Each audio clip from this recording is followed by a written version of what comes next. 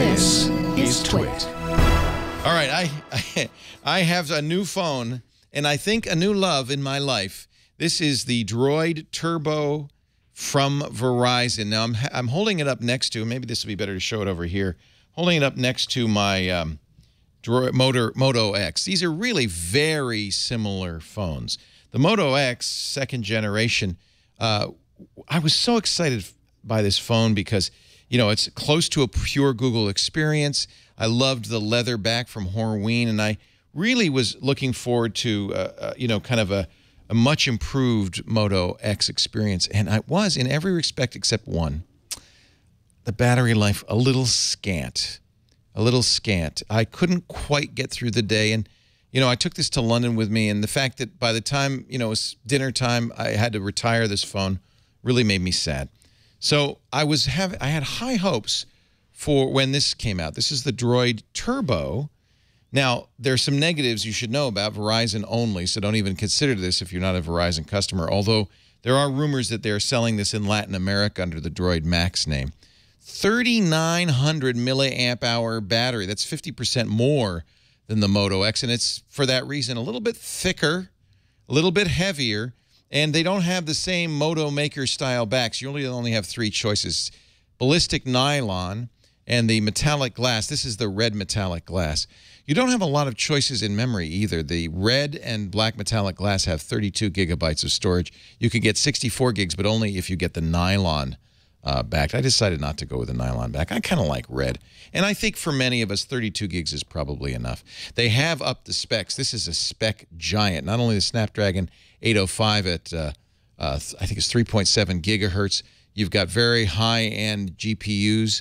You've also got a very high-resolution screen. This is Quad HD, 2550 by 1440. Let me put it this way. More than 500 dots per inch. Now, I'm going to point out, as I put this right next to the Moto X, which is 1080p, you really can't tell the difference. there comes a point when you have a little bit, you know, you have more dots than you really need. These are both really crisp, beautiful AMOLED displays. They really look good. And by the way, yes, the processor is much faster in theory, plus 3 gigs of RAM. Should be a much snappier phone with the Turbo. Not really, not so much. They're both about the same, frankly. If I load Google+, you'll see they load pretty well. Actually, I'd already loaded it over here, so it loads a little bit faster. But everything scrolls the same. There's not a huge difference in the capabilities of it. So don't get this phone because it has more memory or a faster processor. You probably shouldn't even get this phone because it has a higher resolution screen, although it is a gorgeous screen. They are doing pretty much the same thing Motorola did with the Moto X. You have your own, wake-up command. As you can see, I've changed that wake-up command for this phone to "Help me, Obi-Wan Kenobi." I find it goes off a lot less when I say that. You're our only hope. It also has the adaptive display capability, the 4 infrared sensors that will, when I wave my hand over it, show me the time and any notifications I've got. You know, all the things that make a Moto X really a great... okay, you could just stop listening right now. I'm not talking to you. See, I think the Moto X is just a little bit jealous of my Droid Turbo. Some of the things that are on the Moto X are missing here. Besides design, that metal rim on the Moto X also allowed it to do some antenna tuning. So the Moto X reception theoretically was better. It's hard to tell. Verizon's got a pretty good signal here, so I haven't seen much of a difference. You should know, though, that this is a single antenna phone. So if you're on Verizon, it does not support voice and data at the same time. There are rumors there'll be a software update that will turn on VoLTE, V-O-L-T-E, voice over LTE on this phone. And then with VoLTE, you'll be able to use voice and data at the same time. But currently, as sold, you cannot. So if that's an issue for you, and I know it is for some people, this is not probably the right phone for you. I have to say I'm a little miffed because they put these giant batteries in here. They're really fantastic. But then they say to themselves, well, gosh, we have such a big battery. Why don't we quadruple the display resolution and ramp up the CPU? And pretty much by that time, you've got no net gain. There's the bragging rights. You can brag about it. This is a spec phone. Yeah. This is a phone where you just go, Man, I got the state-of-the-art phone. And by the way, this is Kevlar-backed metallic you're right. glass, So, when the bullet comes, you want to be where you have that. It's in your... Droid. Yes. It also has a disadvantage of, as with all Droid phones, it's got a lot of Verizon cruft installed on it. You know, you can disable it, but you can't uninstall it. You know, the Verizon Navigator, VP Protect. Actually, a lot of these have been disabled, the Verizon Cloud, because I just can't bear to have all those red icons in there. But you know, those don't take up a huge amount of space. It's just, you know, in most phones, if you're going to get it carrier subsidized, they're going to have something like that. But let's talk about battery life, because that's the reason you got it. We're here. I disconnected this morning at 7 a.m. I'm at 59% battery. I run this battery monitor, the GSAM battery monitor, when I'm testing new phones, and use it over a period of time to get some sense of how the battery's doing. It also tells you which applications are sucking the most battery. And I try to take off the most battery-intensive applications. Facebook, gone. Twitter, gone. Oddly enough, the Amazon Kindle, gone. Now, this comes with the Amazon, full suite of Amazon software, another deal Verizon made.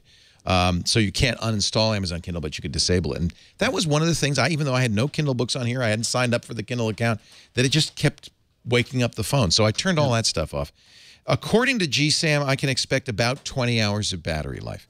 Now, for me, that's really good. That's right up there with the OnePlus One. I would say this phone isn't quite as good as the OnePlus One. It should be 2 days and 3 days because of that size battery. And Motorola, in fact, says you should be able to get 48 hours. But, you know, those numbers vary depending on how you use your phone. I know how I use my phone. I use it hard. I talk to it a lot. I'm always looking at the screen, and this is a great, beautiful, bright screen. But the battery life is not as much as it ought to be. However, it is better than the Moto X, and it probably will get you through the day unless you're really, you know, really crazy. A couple of things you should know. This has a 21-megapixel camera. That seems to be a lot better, but in fact, in use, I haven't found it to be any better. And it has a flaw that a number of reviewers have reported that might drive you crazy. Watch how long it takes to take this picture. See that second lag right there? And now you have a giant file. That's annoying. And yeah, it is a big file, although that gives you the ability, as with a Nokia phone, to zoom in a little bit because you have so many pixels. It's a good camera. I think the Moto X was a good camera. It has all the features, the auto HDR and so forth of the Moto X.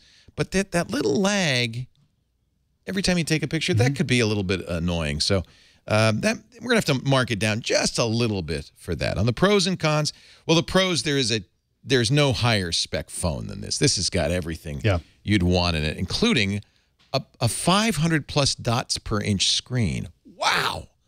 Wow. You could tell your friends. They won't be able to tell the difference, but you could tell your friends. 21-megapixel camera is pretty impressive as well. And, hey, this is made out of Kevlar. I think the red's pretty styling myself. A lot of people like the nylon ballistic back as well. It's kind of a unique look for a phone. It is a basically relatively pure Google experience. In fact, the Moto X's are already being soaked test for Lollipop. Every time I say Moto X, it wakes up. I'm not talking to you. They're being soak tested for Lollipop. I imagine that Droid Turbo will as well, because it is as pure a Google phone, minus the Verizon stuff, as anything else is. I mean, it is a Google phone. It looks exactly the same as the Google phones. It has exactly the same interface. This is pretty pure, but you've got some additional Motorola stuff, which is great. I think all of that is a plus, and it hasn't been much of a negative on the Moto X phones. So this is very similar to that. You'll recognize this immediately. Cons, the battery should be better than it is. There have been days where, in fact, this died on me at about 9 o'clock a couple of nights ago, and I feel like, gosh, it should be better.